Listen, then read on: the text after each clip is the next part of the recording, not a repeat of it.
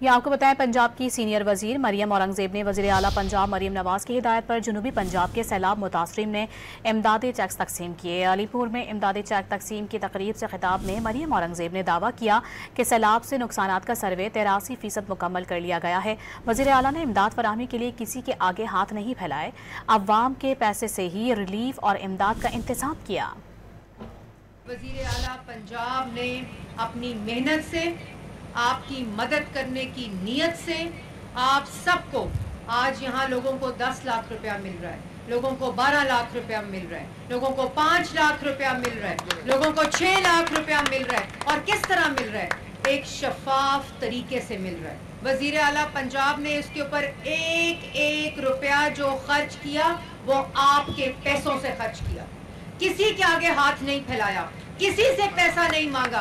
ये आपके अपने पैसे हैं, आपका अपना हक है जो वज़ीर आला पंजाब ने आपको आज आपके हाथ में आपकी दहलीज के ऊपर दिया है। 83% 83% सर्वे मुकम्मल हो चुका है।